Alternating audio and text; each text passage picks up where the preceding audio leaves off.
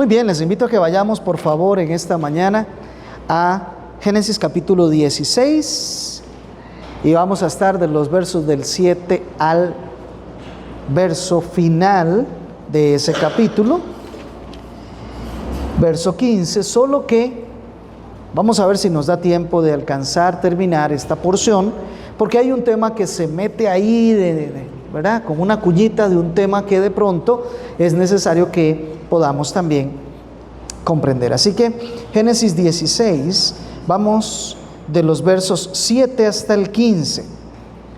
Recordemos el contexto y era el problema que se había suscitado, ¿verdad? Con el hecho del embarazo que había tenido la sierva de Sarai y lo que estaba ocurriendo con ella y su señora. Y dice así: el ángel del Señor la encontró junto a la fuente de agua en el desierto, junto a la fuente en el camino de Shur, y le dijo: Agar, sierva de Sarai, ¿de dónde has venido y a dónde vas? Ella le respondió: huyo de la presencia de mi señora Sarai. Vuelve a tu señora y sométete a su autoridad, le dijo el ángel del Señor. El ángel del Señor añadió: multiplicaré de tal manera tu descendencia que no se podrá contar por su multitud. El ángel del Señor le dijo además: has concebido y darás a luz un hijo y le llamarás Ismael, porque el Señor ha oído tu aflicción. Él será hombre indómito como asno montés. Su mano será contra todos y la mano de todos contra él, y habitará separado de todos sus hermanos. Agar llamó el nombre del Señor que le había hablado: tú eres un Dios que ve. Porque dijo: estoy todavía con vida después de ver a Dios. Por eso llamó aquel pozo Ber Lahai Roi, el cual está entre Cades y Beret. Y Agar le dio un hijo a Abraham, y Abraham le puso por nombre Ismael al hijo que Agar le había dado. Abraham tenía 86 años cuando Agar dio a luz a Ismael.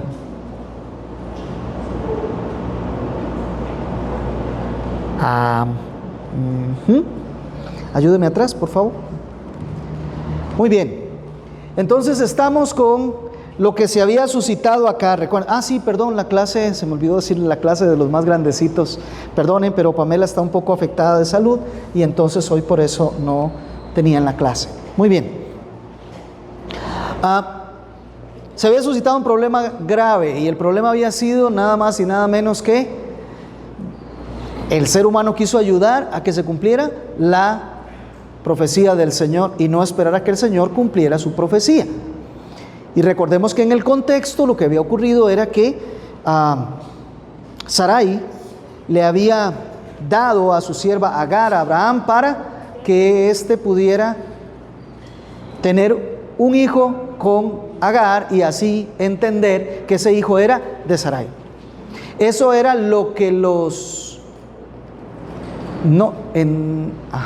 eso era lo que los pueblos paganos alrededor hacían. Eso no era algo que Dios había ordenado ni había mandado que se hiciera, era algo que los pueblos paganos habían sido. Entonces pretendieron resolver el conflicto que tenían instando una acción humana, una forma de actuar, una planificación humana. Y entonces ahí aparece un personaje, un ser que no sé si lo notaron cuando comenzamos a leer, alguien extraordinario. ¿Quién fue? ¿Verdad? Es alguien un poco complicado, pero la idea es que hoy, entre lo que estamos viendo, podamos verdaderamente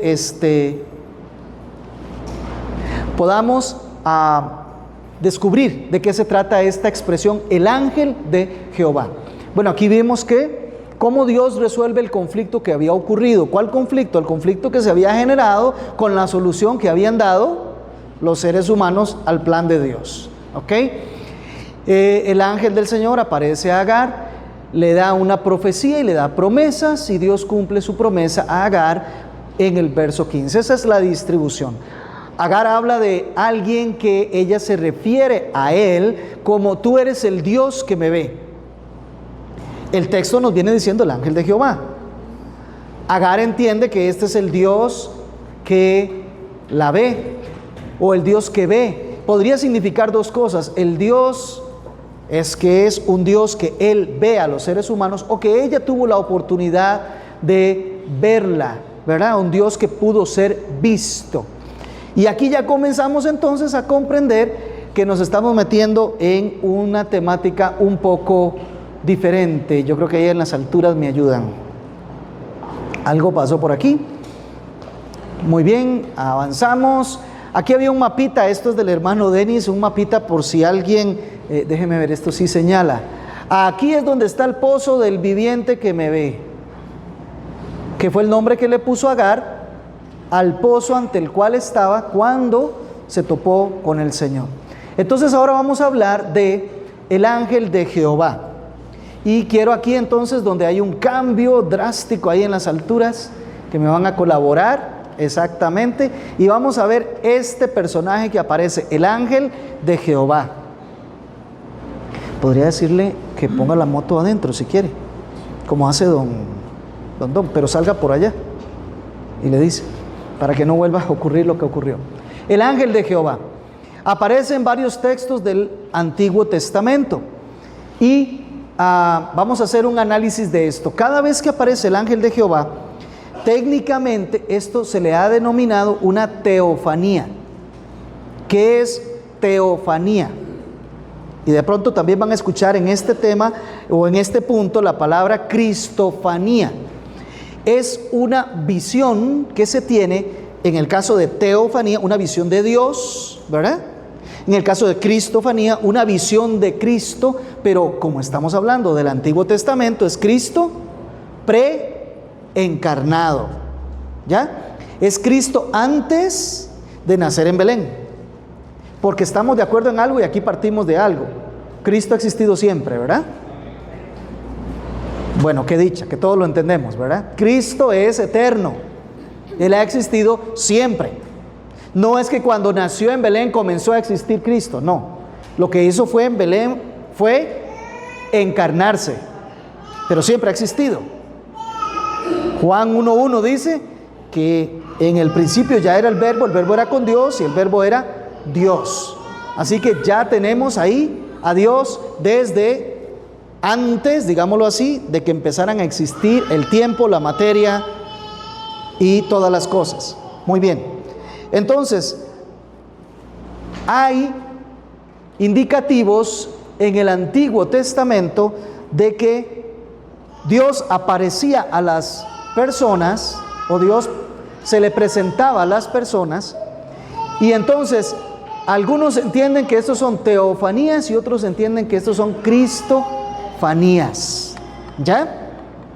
Pero a la verdad, cuando vamos a estudiar los textos, que es lo que vamos a intentar hacer esta mañana, nos vamos a dar cuenta que válidamente podríamos decir una o la otra. Primero que nada era un ángel, ¿ok? Eso es lo que nos dice el texto. En el Antiguo Testamento, en hebreo, la palabra es malak, y no tiene otra designación que no sea mensajero. Un ángel es un mensajero. Eso es lo que entendemos en términos generales en angiología o angeleología, es un mensajero, eso es un ángel.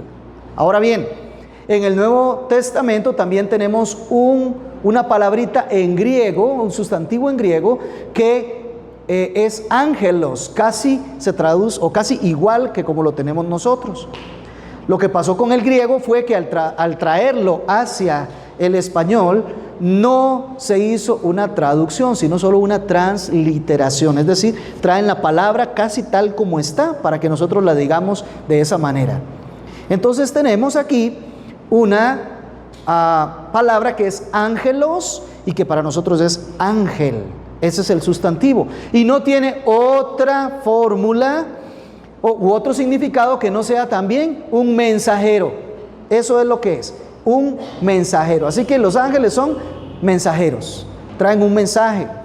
Ahora, como ángel de Jehová, en el Nuevo Testamento, prácticamente que aquí, Mateo 1:20 y Mateo 1:24 son el único lugar donde aparece la expresión literal refiriéndose a un ser como ángel de Jehová o ángel de Dios.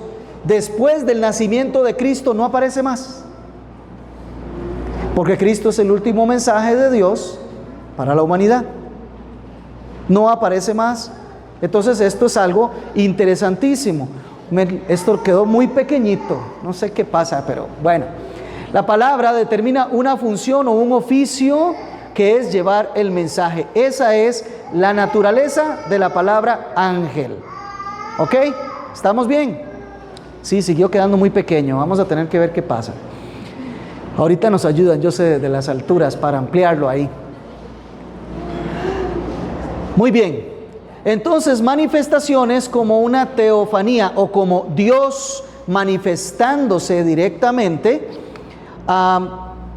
Él se presenta de una forma tangible a los sentidos humanos.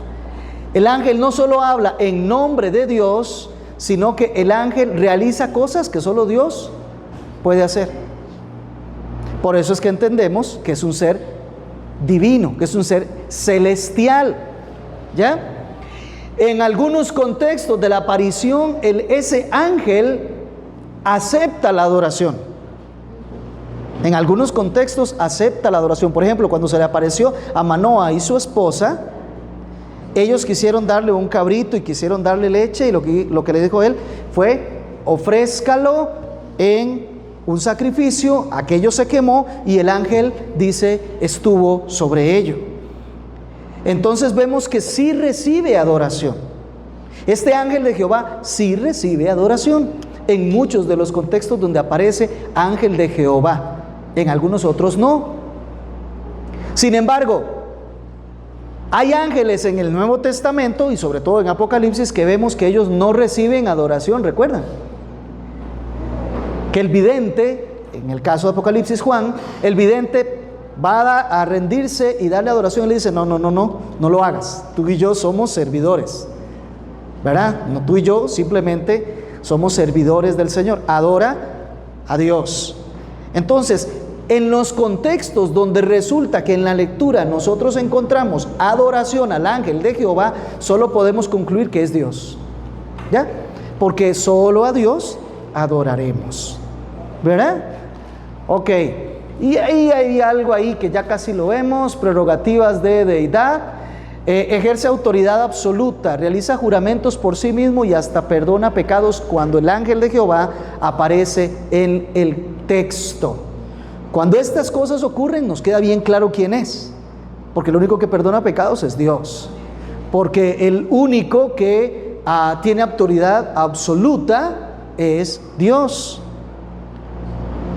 Por ejemplo, cuando se apareció a Abraham y le dijo que él iba a ser padre de grandes naciones, está haciendo una declaración que solo estaba en las manos de Dios, el dar vida. Entonces entendemos que en ese caso Él es el mismo Dios. Aquí tenemos Génesis, gracias hijo, ejemplos de teofanía en el Pentateuco. Aparece mucho en el Pentateuco y luego en los profetas un poco menos. Agar es el Dios que ve. Muy bien. Génesis capítulo 16, versos 7 al 13. Disculpen eso. Hijo, ahí me ayuda, por favor. Muy bien. Aparece en el desierto junto al pozo, le da promesa de descendencia, se identifica de manera directa con el Dios que ve y tiene una autoridad propia. No se refiere a otra autoridad. No dice Dios del cielo hará, ¿verdad? O Jehová hará, sino que dice yo haré. Entonces ahí entendemos que es Dios. En la zarza ardiente con Moisés, Él habla y además dice yo soy. Es claro que este ángel de Jehová es el mismo Dios. Exige y recibe adoración. Quita tus sandalias o las sandalias que están en tus pies, porque el lugar en que estás es un lugar santo. No el lugar, sino por la presencia que estaba ahí, que era el mismo Dios. y se identifica como el Dios de Abraham, de Isaac y de Jacob. Así que nos queda bien claro que ahí de lo que se está refiriendo es exclusivamente a el mismo Dios. Es una teofanía. ¿Ok? Lo movemos para allá, hijo, si es tan amable. Gracias. Y el Dios de Jacob en Betel se le reveló en sueños, se identificó como yo soy el Dios de Betel y es el ángel que le ha librado de todo mal. Es más, Jacob termina diciendo ahí en el último de los textos, en 48, 15, 16 de Génesis, termina diciendo que este es el Dios que me ha librado a mí de todo mal, el ángel de Jehová. Entonces entendemos que ahí estamos hablando de visiones de Dios. Ahora entendamos, los hombres o los seres humanos que se enfrentan a estas experiencias han escuchado a Dios. ¿Ya? Han tenido esa oportunidad de escuchar quién es Dios y los mensajes que Dios directamente está dando. Ahora bien, vamos a pasar a la siguiente. El ángel como un mensajero celestial. Hay algunos textos que no nos dejan tan claro si es Dios directamente ese ángel mensajero o si es un enviado de Dios. No nos dejan tan claro en el contexto, ¿ya? Entonces, bien, válidamente podría interpretarse que es Dios o es un enviado de Dios. ¿Estamos de acuerdo? Sí. Pero en esta época, Ajá. podemos decir que un ángel nos habló. Bueno, deme un segundito, ya le respondo eso, porque resulta que en Apocalipsis nos vamos a encontrar que sí, en esta época hay ángel de Dios que nos habla a nosotros, pero que no son seres celestiales. Cualquier persona que es enviado por Dios para mandar el evangelio y hablar el evangelio es un ángel, es un enviado de Dios. Cuando usted lee en los capítulos 2 y 3 de Apocalipsis, que lo que está hablando es de las cosas que son ahora, recuerde, el Apocalipsis está dividido en 3 partes: lo que ves, las cosas que son y las cosas que han de venir. Capítulo 1, verso 19. Lo que estaba viendo Juan está descrito en el capítulo 1, las cosas que son, descrito en los capítulos 2 y 3, mensaje a las 7 iglesias, y después las cosas que han de venir, capítulo 4 hasta el final. Y cada vez que habla a la iglesia dice, escribe al ángel de la iglesia en en Éfeso o en Esmirna, ¿verdad? Escribe al ángel en. Ahí lo que se ha interpretado válidamente es que ese ángel no es un ser celestial, es un ser humano, y se le llamaba ángel a aquel que estaba presidiendo la iglesia, ¿ya? El que traía el mensaje de Dios para el pueblo. Así que el día de hoy sí nos hablan ángeles, pero estos ángeles o estos enviados no son seres celestiales, son seres humanos. Digamos un ejemplo, usted es el ángel de esta iglesia. Exactamente, en ese contexto como se está escribiendo allí. Entonces vemos por qué cambia en relación al Antiguo y al Nuevo Testamento. Ahora, el ángel como un mensajero celestial aparece como un agente divino bajo la autoridad de Jehová. Hijo, me ayuda ahí donde dice guía y auxilio. Vamos a ver eso. En Génesis 24, verso 7 y verso 40, Abraham confía en que Jehová enviará su ángel para guiar al siervo. ¿Recuerdan? Cuando él envía a buscar esposa para su hijo, él confía en que el ángel del Señor irá delante en esa encomienda que le está dando, ¿verdad? Entonces, aquí es una guía, aquí es una dirección, lo que le va a hacer una orientación. Entonces, no tenemos tan claro que necesariamente esté hablando del mismo Dios, o si está hablando de un ser celestial que está siendo enviado delante para dirigir a su siervo que iba a buscar esposa para su hijo. Ok, en juicio y ejecución, en Éxodo 32, verso 34, el ángel de Jehová es un instrumento de castigo por la idolatría que el pueblo había estado manifestando. De tal manera que aquí tampoco tenemos tan directamente claro que sea el mismo Dios. Bien puede ser un ser celestial. Nada más, en 2 de Samuel 24:16, que también es exactamente lo mismo, ángel destructor, pero Jehová es interesante, le dice, bueno, no destruyas. Y dice que Jehová le habla al ángel y le dice, no destruyas. Entonces parece ser, un ente celestial, un ser divino, un ser celestial, pero que no necesariamente es Dios, ¿verdad? Y finalmente allá freno e intercesión. Recuerden lo que pasó con la burra de Balaam, ¿verdad? Que la burra sí veía al ángel que estaba deteniéndose en el camino, que estaba deteniéndolos en el camino, pero Balaam no. Bueno, aquí también podría interpretarse que es un ser celestial, pero que no precisamente es Dios. Ahora, si alguien dice, sí era Dios, también cabe la oportunidad, también cabe la situación de que sea el mismo Dios.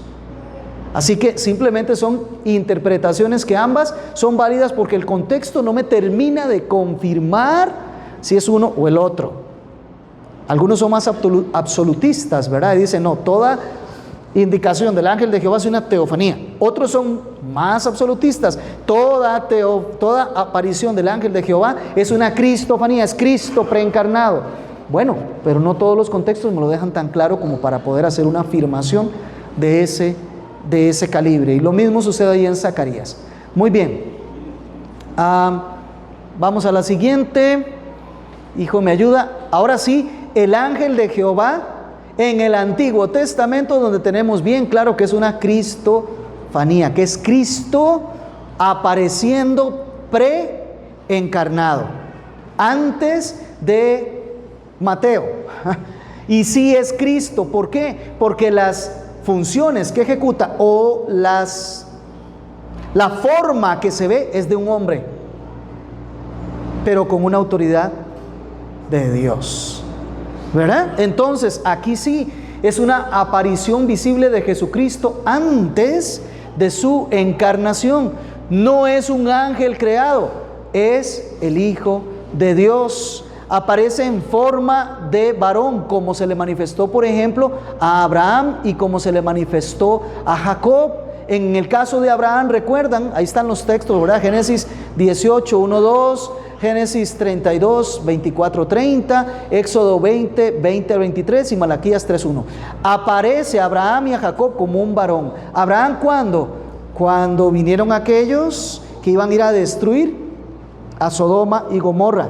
Dice que aparecieron 3 varones y que 2 de ellos se fueron a destruir y uno quedó conversando con Abraham, pero eran varones. ¿Ya? Este varón es entonces no es otro más que Cristo preencarnado. Esconderé yo a Abraham lo que he de hacer. Es una decisión propia, es soberanía, es voluntad de alguien que tiene forma de varón. Bueno, ¿y el que luchó con Jacob o Jacob luchó con él? ¿Verdad? Si no me bendices, no te suelto, ¿verdad? Entonces, aquí tenemos manifestaciones más claras, más visibles de que era Cristo el que estaba preencarnado, apareciendo como el ángel de Jehová. Eso es importante. Ejerce autoridad, ejerce juicio sobre la desobediencia. Esto es lo que nos dice en Éxodo y en Malaquías, y habla en primera persona como Jehová. El ángel de Jehová se aparece y dice, yo haré. Entonces ese es el que tiene toda autoridad, todo poder. Entendemos que aquí sí es una entonces aparición de Cristo preencarnado o una cristofanía. En algunos casos vemos que hasta se sienta, ¿verdad? Entonces eso es una actividad propia de alguien que realmente es un ser humano. Hijo, le quitamos el zoom, por favor. Eso. Muy bien, avanzamos a lo siguiente. Sí, vamos un poquito más rapidito de lo que pensaba. Encuentros proféticos y cristofanías, manifestaciones de Cristo preencarnado. Con Gedeón en Jueces, ay, si me ayudas, porque eso creo que es Jueces 6, vamos a ver. Jueces 6, sí, desde el 11 hasta el 24. Consume la ofrenda con fuego mediante su báculo. Era un varón que andaba con un báculo, y ese era el ángel de Jehová. Y consume la ofrenda. En ese sentido recibe la adoración. Gedeón reconoce: he visto a Jehová cara a cara, y él tiene la autoridad divina para dar la paz. Así que este no es otro más que Cristo preencarnado. También con Manoa y su esposa. A él se le aparece a la esposa de Manoa, el ángel de Jehová se le aparece, y ahí está el texto, Jueces 13, desde el 3 hasta el 23, solo que por ser un poquito largos, quien no esté anotando simplemente lo lleva ahí y lo va leyendo con calma. Pero el ángel de Jehová se le aparece a la esposa de Manoa y le dice que va a tener un hijo, y le dice además que no tiene que beber vino, y le da otra serie de consideraciones más. Después la esposa le dice a Manoa, y después es que aparece nuevamente el ángel de Jehová cuando están los dos juntos. Y Manoa le pregunta, y él le afirma que sí, él le ha dicho estas cosas a su esposa. Y entonces Manoa le pregunta: bueno, y dinos, ¿cuál es tu nombre? Y él responde: ¿por qué me preguntas mi nombre? Que es admirable. Ya sabemos dónde está esa palabrita, ¿verdad? Y quién porta ese nombre, porque Isaías nos dice quién es el que es el admirable. Y ese no es otro que nuestro Señor Jesucristo. ¿Ya? Además, como les decía, Él acepta el sacrificio. Ese sacrificio que se quemó en su presencia era para adorarle a Él. Y otra cosa más, cuando termina, ambos dicen: a Dios hemos visto. Entonces aquí entendemos claramente que se trata de una cristofanía. Cristo preencarnado presentándose. ¿Sí? Y después a Josué, pero a Josué el sumo sacerdote. Ya estuvimos en Zacarías, ¿verdad? Recuerdan la vez que estuvimos estudiando Zacarías. Y en Zacarías capítulo 3, versos del 1 al 5, vemos que ese ángel del Señor actúa como intercesor de Josué, porque recuerdan que lo estaban acusando, que estaba vestido de vestiduras andrajosas y sucias. ¿Recuerdan eso, sí? ¿Sí o no? ¿O lo vamos a leer? Ajá, ¿cómo está nuestra memoria? Porque aquí hemos pasado tiempo. Vamos allá entonces. Zacarías. Qué barbaridad. Algunos dicen sí me acuerdo, otros dicen más o menos. Bueno, vamos a Zacarías, capítulo 3, ¿verdad? Verso del 1 al 5, leo así: entonces me mostró al sumo sacerdote Josué, que estaba delante del ángel del Señor, y Satanás estaba a su derecha para acusarlo. Y el ángel del Señor dijo a Satanás: el Señor te reprenda, Satanás. Repréndate el Señor, que ha escogido a Jerusalén. ¿No es este un tizón arrebatado del fuego? Josué estaba vestido de ropas sucias, de pie delante del ángel. Y este ángel habló y dijo a los que estaban delante de él: quítenle las ropas sucias. Y a él le dijo: mira, he quitado de ti tu iniquidad y te vestiré con ropas de gala. Después dijo que le pongan un turbante limpio en la cabeza, y le vistieron con ropas de gala, y el ángel del Señor estaba allí. Fíjese lo que está haciendo el ángel. Está intercediendo ante las acusaciones del mismo Satanás por la iniquidad del sacerdote Josué. ¿Quién es el único que intercede por la iniquidad de los hombres cuando estamos siendo acusados ante el Dios Padre? El único que intercede es Jesucristo. ¿Ya? Y cuando le dice: el Señor te reprenda, es porque está guardando el juicio que vimos la semana pasada. ¿Se acuerdan del juicio que vimos la semana pasada? Bueno, está guardándolo para eso. Satanás será juzgado a su tiempo, a su momento. Pero aquí no solo intercede, sino que limpia por completo al sacerdote Josué y le da vestiduras blancas, lo viste de santidad. Eso es lo que ocurre con nosotros en el momento en que somos lavados por la sangre de Jesucristo. Este es el que da la orden que eso ocurra, es el mismo Jesucristo. Así que aquí tenemos bien claro que el ángel de Jehová a quien se refiere es a Cristo Jesús preencarnado. Quiero hacer la evaluación ahora. ¿Vamos entendiendo? Más o menos nos va quedando claro, ¿sí?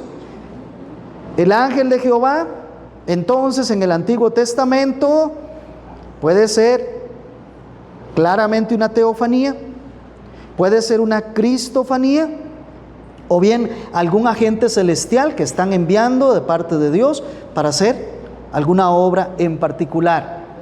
Hasta aquí vamos viendo esto.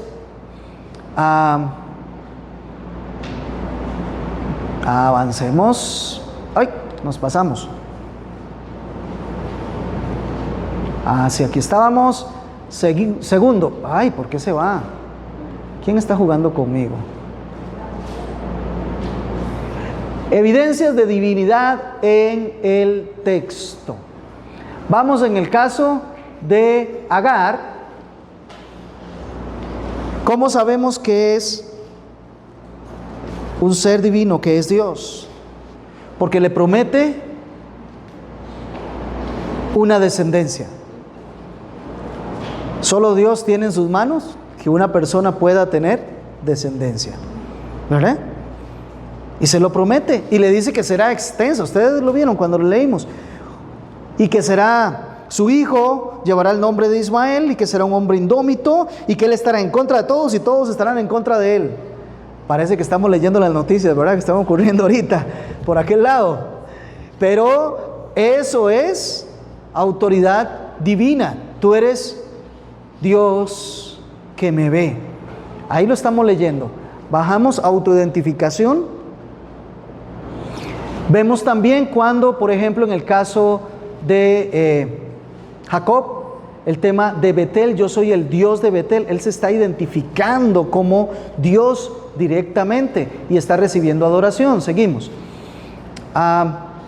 Jura por sí mismo, dice Jehová, al hablar con Abraham, el mensajero jura por su propio ser, identificándose plenamente con Jehová. Por mí mismo he jurado, dice Jehová, en Génesis 22, 15 y 16, y después acepta adoración. Los ángeles creados no lo hacen, solo lo hace Dios. Quita el calzado de tus pies. Creo que la cita está errónea ahí, pero bueno, en esencia estamos hablando entonces de esto. Avanzamos, hijo. Hay una visión, ahora sí ustedes me dicen qué concluimos de todo esto, para ver si avanzo como el hermano quería. ¿Qué concluimos de todo esto? Que hay una visión normalmente de teólogos conservadores que dicen todas las manifestaciones del Antiguo Testamento donde aparece el ángel de Jehová necesariamente es Cristo. Por supuesto es una teofanía porque Cristo es Dios, pero particularmente es Cristo el que está apareciendo. Y esa es la visión de los teólogos conservadores durante muchos años. Desde los padres apostólicos han venido sosteniendo esta misma tesis. Quiero decirle que en honor a la verdad no se podría descartar, no se podría decir que no es así, porque en todos podríamos de alguna manera ver que lo que está ocurriendo con el ángel de Jehová son prerrogativas de Cristo. Por eso ha sido tan firme y se ha sostenido, como les digo, desde los padres apostólicos, ¿verdad? De los padres de la iglesia, que son aquella generación inmediatamente posterior a los apóstoles. Se ha identificado todas las apariciones como cristofanías y se basan en la autoridad divina y el cese de las apariciones tras el nacimiento de Cristo. Es decir, como después del nacimiento de Cristo no vuelve a mencionarse el ángel de Jehová como un ser divino, entonces necesariamente pues es un argumento que nos dice todas las veces que apareció antes era Cristo Jesús, y como ya vino, pues entonces ya no se va a mencionar más el ángel de Jehová, que por cierto es el que acampa alrededor de los que le temen y los defiende. Entonces esta es una visión conservadora. No estoy desprestigiando cuando digo conservadora, todo lo contrario. Estoy diciendo, dentro de los teólogos más estudiosos, dentro de los teólogos quizás que mejor se apegan a las Escrituras, la visión conservadora, de la cual nosotros somos partícipes, dicen todas las apariciones del ángel de Jehová son Cristo preencarnado. No podemos negarlo, pero tampoco tenemos suficiente base como para decir en absolutamente todas. Vimos que en algunas sí, pero decir que en absolutamente todas nos hace falta un poco de contexto, ¿verdad? Ok, muy bien. Ahora, sí, hermana. Y en el día de hoy, digamos, los ángeles, ¿qué papel juegan? Qué bueno. No estamos en angeliología, pero ¿qué papel juegan? Juegan el mismo papel que han venido jugando desde el día en que fueron creados. Nos dice Hebreos que ellos han sido puestos como espíritus ministradores. Es decir, están al servicio de Dios en favor de nosotros. ¿Lo comprende? Ellos hacen las obras que Dios les dice que hagan en favor de nosotros, cuidarnos, protegernos, guiarnos. No, ¿por qué no le podemos pedir nada a ellos como que si existiera una especie de ángel de la guarda? Porque eso no lo encontramos en ninguna parte en la Escritura, eso es doctrina católico-romana. Eso no es doctrina bíblica. No aparece un ángel que le ha sido asignado a usted o a mí en particular para que nos cuide en todo momento y al cual tengo que rogarle. No, de ninguna manera. De ninguna manera. Eso no lo encontramos en la Escritura.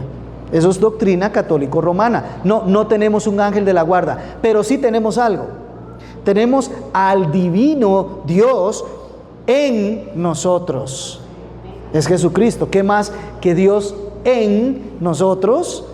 ¿Para qué voy a necesitar ángeles? Nos salen sobrando, ¿no?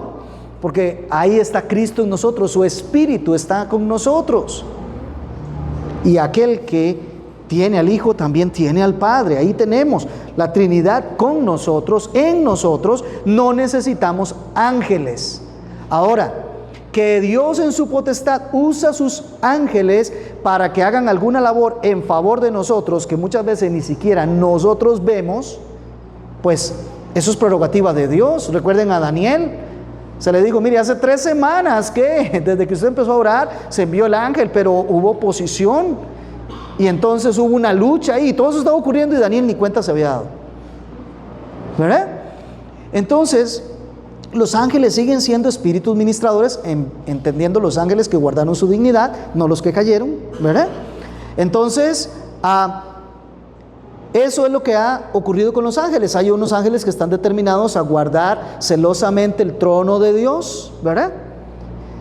Ahí están para eso, y otros están para ministrarnos a nosotros conforme, otra vez, la voluntad de Dios. Por eso es que nosotros, ¿a quién le pedimos? Le pedimos directamente a Dios. Y si Él, en su gracia, va a respondernos, y para eso requiere un ángel, lo hace. O 2, o 3, o un grupo de ángeles, ¿verdad? Preguntémosle a Elías y a Giesi. Era un grupo de ángeles los que estaban, un batallón de ángeles los que estaban ahí para responder a la necesidad que tenía un único siervo. ¿Sí? Así es Dios, ¿sí?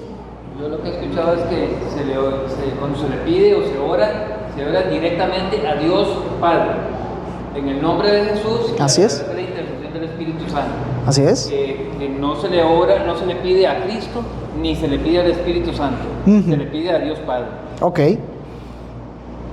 Entonces, ¿qué es? ¿Una pregunta o una afirmación? Digamos que es una de las dos cosas. Muy bien. No, aquí el punto es este. ¿Por qué nosotros estudiamos las Escrituras? Porque queremos conocer a Dios, para relacionarnos con Él de la manera correcta. Porque Él no recibe relación de alguien si no viene de la manera en que lo ha determinado. No es en mis términos, es en los suyos. Entonces quiero conocer a Dios, quiero relacionarme con Él correctamente. Pero no podríamos decir que alguien que erróneamente, digámoslo así, o que no tan claro le dijo le pidió algo, en vez de pedírselo al Padre, se lo pide a Jesucristo, no vamos a decir que Jesucristo no lo escucha, que Dios mismo no lo hace. ¿Me estoy dando a entender? Por un hierro ahí en el último punto, estamos yendo a Dios, le estamos pidiendo, no podemos olvidar que Jesucristo es Dios. No los dividamos donde no están divididos. Son una sola voluntad, una sola esencia, un solo ser, y el orden debería de ser este. Sin embargo, si lo hacemos erróneamente y le pedimos a Cristo o le pedimos al Espíritu Santo que nos fortalezca y nos guíe, porque ese es su ministerio, guiarnos a toda verdad, ¿verdad? Y se lo podemos pedir. Igual, sigue siendo Dios. No veo en las Escrituras que haya necesariamente un rechazo de esas oraciones porque no fueron dirigidas tan atinadamente. Pero incluso, ¿cuántas veces oramos pensando que somos muy atinados y ni siquiera sabemos lo que deberíamos pedir? Nos dice Romanos. Y que el Espíritu toma nuestras oraciones, las transforma a la voluntad del Padre y las hace llegar delante del trono de la gracia. O sea, al final de cuentas tenemos el ayudador que tanto necesitamos. Entonces, no es que nos vayamos a perder de que Dios no nos escucha si no dijimos, Padre, te lo pedimos a ti en el nombre de Cristo y por la guía del Espíritu Santo. No es una fórmula mágica o qué sé yo. Pero si queremos orar un poco más concentrados y más directos, podemos ir haciéndolo ajustándonos al orden de Dios. Pero tampoco quiere decir, otra vez lo declaro, tampoco quiere decir que si no lo hacemos con una fórmula exacta, el Señor no nos va a escuchar. ¿Cuántas oraciones vimos en las Escrituras que no llevaban necesariamente un orden tan irrestricto y Dios las contestó? Porque Él conoce lo que hay en el corazón, más que en la fórmula que estamos usando. Recuerden que el Padre Nuestro no es una fórmula, es un ejemplo, cómo entrar, cómo pedir, qué cosas son apropiadas, qué actitud tener. Entonces esto es importante. Y gracias por el tema y regresemos. Ahora sí, entonces el ángel de Jehová en la visión conservadora siempre son cristofanías. La gente dice es que a Dios Padre no le puede ver nadie, es espíritu. Y al Espíritu Santo es espíritu. En cambio, Cristo sí se hizo visible. Y por eso, si hay visiones de Dios, necesariamente esas visiones tienen que ser visiones acerca de Cristo, porque es el que se hizo visible para nosotros, al punto de que se encarnó. Entonces, esa es la argumentación. Es válida, no podemos desacreditar, es válida. Y si alguno aquí interpreta que todas las veces que aparece ángel de Jehová es Cristo preencarnado, no hay ningún problema, entendámoslo así, no hay problema. Ahora, la otra visión, que es una perspectiva crítica, que esto mucho viene de los teólogos liberales con los que no compartimos, ¿ok? Ellos interpretan teofanías como manifestaciones directas del Padre o angelofanías. Ajá. Y entre ellos mismos, como teólogos del corte liberal, usted encontrará que ni ellos mismos tienen una estructura firme de que creen todos en conjunto, sino que algunos dicen esto es así, los otros dicen esto es asá, y no faltará un teólogo liberal que diga no, ninguna de esas cosas son ciertas, ¿verdad? Porque tienden a la incredulidad. Entonces, yo lo que hoy quería traer para ustedes es el hecho de que compartimos con los conservadores y podemos perfectamente decir que todas son cristofanías. Sin embargo, cuando vamos al texto, y recuerden que el contexto es el que nos limita la interpretación, nunca nos salimos de ahí, porque si nos salimos de ahí puede ser cualquier cosa. No, nos quedamos en el contexto. El contexto de cada uno de los textos me irá diciendo si realmente ahí puedo observar claramente a Cristo o no. En muchos de esos contextos no observo directamente a Cristo. Ahora, que yo no lo observe tampoco quiere decir que no está ahí, puede estar muy equivocado. Por eso es que concedemos que pueden ser cristofanías, pero bien estudiado el texto, muy probablemente no encontramos necesariamente que se refiere a Cristo. Entonces, no podríamos afirmarlo con un 100% de certeza. Hermano.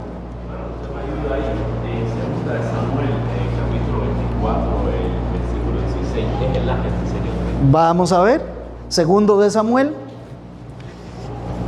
16:24. Segundo de Samuel 16, 24. Capítulo 24, perdón, ok.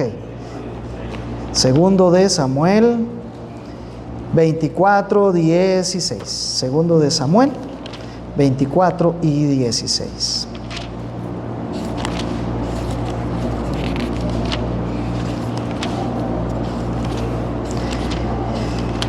Y dice el censo. Muy interesante. De nuevo la ira del Señor, comienza el 24, se encendió contra Israel y provocó a David contra ellos. Y dijo, ve y haz un censo al rey de Israel. El contexto nos está diciendo que es Dios airado contra su pueblo, quien provoca a David contra ellos, contra el pueblo. Y la forma en que lo hace es poniendo en David una intención: ve y haz un censo. Ahora sí, decías el verso 16. Cuando el ángel extendió su mano hacia Jerusalén para destruirla, el Señor se arrepintió del mal y dijo al ángel que destruía al pueblo: basta, detén ahora tu mano. Y el ángel del Señor estaba junto a la era de Arauna el Jebuseo. Aquí hay una orden de Dios que le da al ángel para que vaya y destruya. Es aquí donde podríamos válidamente, según el contexto, decir: este es un ser celestial que no necesariamente es Dios, ni necesariamente es Cristo, ¿verdad? Es un ser al que se le da una orden: vaya y destruya, y cuando él está destruyendo, ya llegó hasta la era de Arauna, el Jebuseo, y le dice: detente ahí, ya es suficiente.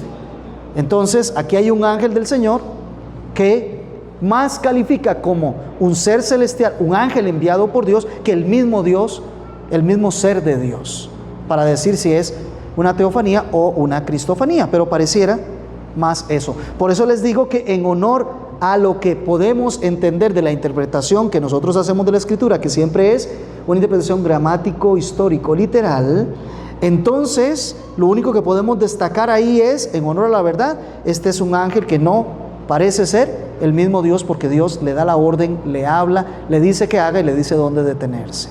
Entonces parece ser un ser celestial. Muy bien, entonces ahora sí, creo que me parece que no había mucho más ahí. Déjenme ver. Ok, perfecto, gracias. Regresamos al otro muy brevemente para ver si cumplo con el hermano. ¿Sí? Adelante. No, pasemos al otro. Y cuando la pluma aparece dice que son de los ángeles. Y entonces digo yo que en este tiempo también hay ángeles malvados, ¿verdad? Por supuesto que Satanás y los demonios están presentes en el mundo haciendo su trabajo, y ese trabajo está relacionado con nosotros, ¿verdad? También están buscando cómo nosotros nos anda tentando. ¿Es fácil para un ángel saber cómo tentarnos?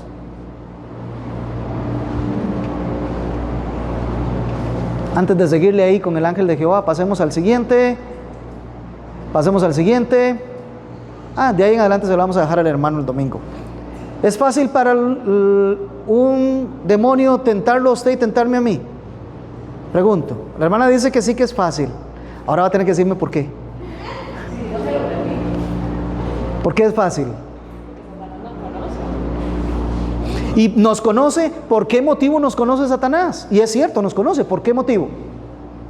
¿Por qué lo sabe todo como Dios? Porque él está ahí cerca también. Basta irse a perseguir a la hermana un par de días, andar ahí detrás de ella calladito y sin decir nada, y ya se da cuenta cuáles son sus debilidades, y ya se da cuenta cómo ponerle la tentación. Y todavía le digo más. No es que los demonios tienen algo que como nos cuesta a nosotros, pero lo logran ellos. Ellos se ponen de acuerdo y trabajan en conjunto. ¿Sabía eso? Ellos trabajan en conjunto, entonces dice, se comunican: mire, la hermana Yajaira, ¿usted le ha seguido? ¿Usted sabe a ver cuáles son las? Pues yo la vine siguiendo desde el martes, pero usted, ¿desde cuándo la viene siguiendo? Qué miedo, me está agarrando miedo. Mire, nos reímos, pero la Biblia dice que cuando hay una casa que es una casa donde estaba habitando un demonio y es limpia, ese demonio sale y Cuando regresa, la ve limpia, muy bonita, pero vacía. Entonces, ¿qué hace? Se busca a los otros, ¿verdad? A los amigos, a los secuaces, se comunican entre ellos y vienen y habitan esa casa, y es peor la situación de esa persona, y por eso mejor no ande haciendo exorcismos, porque si no, después deja a las personas peores. Pero el punto es, ellos trabajan en conjunto, ellos se comunican, eso lo vemos en las Escrituras. Había un solo hombre que tenía una legión. Entonces, ¿qué quiero decir con esto? Basta para conocernos que nos siga un par de días y se da cuenta cuáles son nuestras debilidades, y ya sabe entonces cómo poner una tentación. Por nuestra, lo que dice Santiago, ¿en qué somos tentados? En nuestra concupiscencia. Entonces aparece un demonio por ahí y le dice a alguien: mire, usted el día de mañana va a hacer esto y esto, o dentro de 3 días o en los próximos días usted va a hacer esto y esto y esto. ¿Y cómo lo sabe? Porque lo ha seguido y sabe cómo se comporta, sabe que lo va a hacer. ¿Me entiende? No es que adivinan, es que sencillamente saben hacia dónde usted va, porque usted se comporta de esa manera, a no ser la intervención de Dios en su vida para que usted deje el camino de pecado. ¿Me entiende?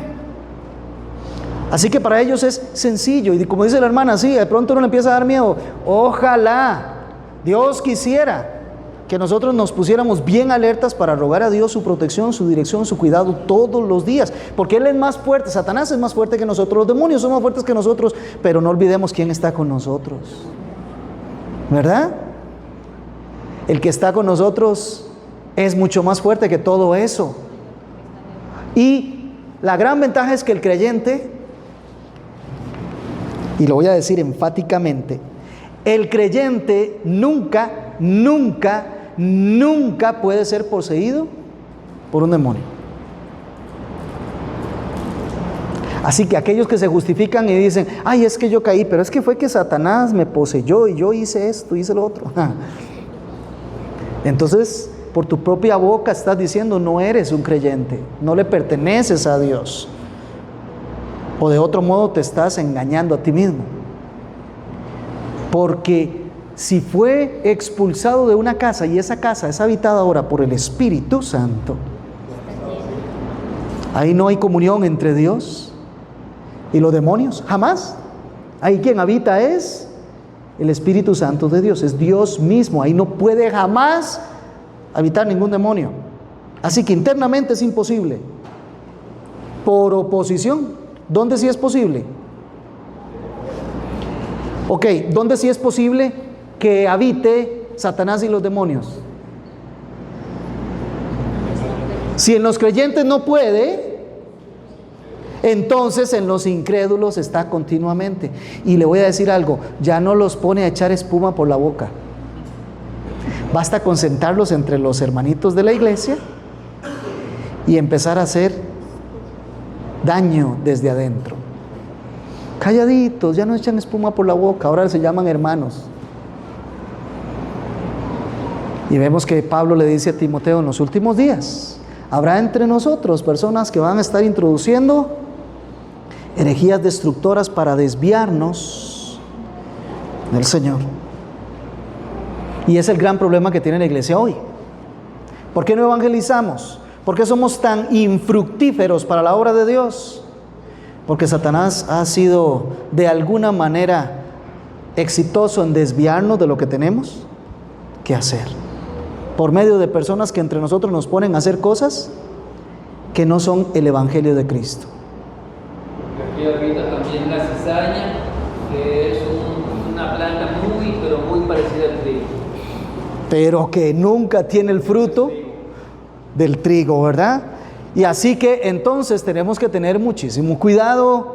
Por eso es que siempre seguimos diciendo: hermanos, vigilemos que lo que nos enseñan, que lo que nos predican sea la palabra de Dios. Necesitamos ser enseñados por el Señor. Necesitamos afirmar cada día los fundamentos. Necesitamos caminar en la gracia del Señor para no ser desviados. Y cuando entre nosotros alguien comienza a hacer o decir cosas que son contrarias, hay que decir: un momentito, para eso está la disciplina bíblica. Para que se discipline al que es creyente, que se vio engañado pero puede regresar, y para expulsar a los que no son. Eso es importante. Mi hermano.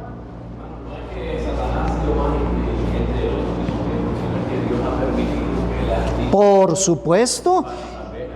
Y acuérdese que Él anda como un león rugiente, y eso es lo único que puede hacer con nosotros. Gloria a Dios.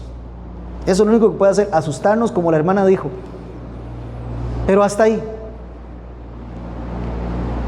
El león ruge, pero hasta ahí. No pasa de eso con nosotros.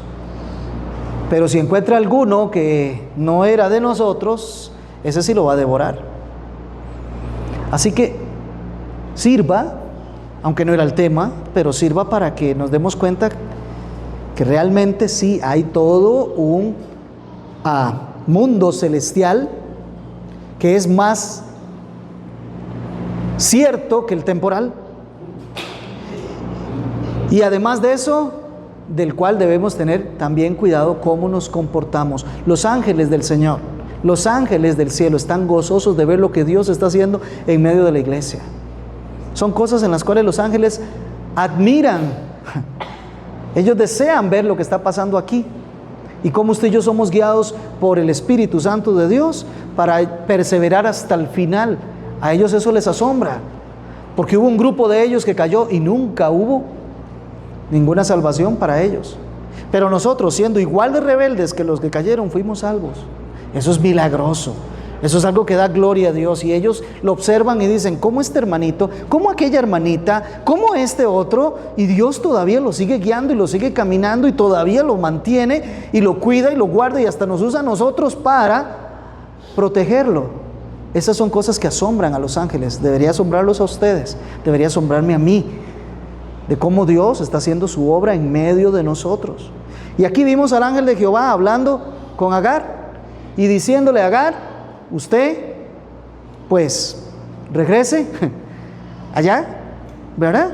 Y usted va a tener una descendencia y va a ser una descendencia grande y su hijo Ismael va a ser un hombre indómito y todos estarán contra él. Y no solo eso, sino que el último versículo dice, y en efecto tuvo el hijo Agar cuando Abraham tenía 86 años. Ismael, vamos a continuar acá porque hoy el tema solo era, como les decía, que nos salimos del texto para hablar las teofanías, pero hay que regresar. El próximo domingo continuamos Dios mediante con el texto que ya veníamos del capítulo 16 de Génesis para ver estas cosas. Espero haber aclarado y no lo contrario. Vamos a orar. Nuestro buen Señor, gracias te damos porque tú estás con nosotros y tu palabra nos acompaña y tu espíritu nos guía de tal manera que no nos perdamos en este camino que estamos hacia la perfección contigo en esta tierra y hacia la glorificación cuando nos encontremos. Señor, guíanos a que saquemos el valor de estas cosas y que no solamente las aprendamos, sino que nos demos cuenta que tú estás guardándonos siempre, que tú siempre estás enviando tus ángeles cuando es necesario y en otras ocasiones eres tú directamente, Señor, quien está interviniendo en nuestras vidas. Eres un Dios de cuidado, de amor, el Dios todopoderoso que viendo débiles e inicuos, indignos como nosotros, nos salvaste, nos trajiste a tu casa, nos hiciste tuyos y nos guardas por la eternidad. Gracias, Señor, muchísimas gracias. Y ahora ayúdanos a seguir estudiando tu texto y comprendiendo, oh Señor, la manera en que nos relacionamos contigo a partir de quién eres tú y quiénes somos nosotros. Quédate en el resto del programa esta mañana, te seguimos necesitando. En el nombre de Jesús oramos. Amén y amén. Ya saben, 10 minutos para que nos estiremos, tomemos agua, vayamos al baño y continuamos. Sí, mi hermana. Contarle algo que me contó una vez un señor ya moribundo. Ay, caramba. Que murió de SIDA. Uh-huh. Una vez llega y me dice, ¿usted sabe cómo trabaja Satanás? Y le digo, ¿cómo? Me dice, para un año nuevo se reúnen todos los demonios y ahí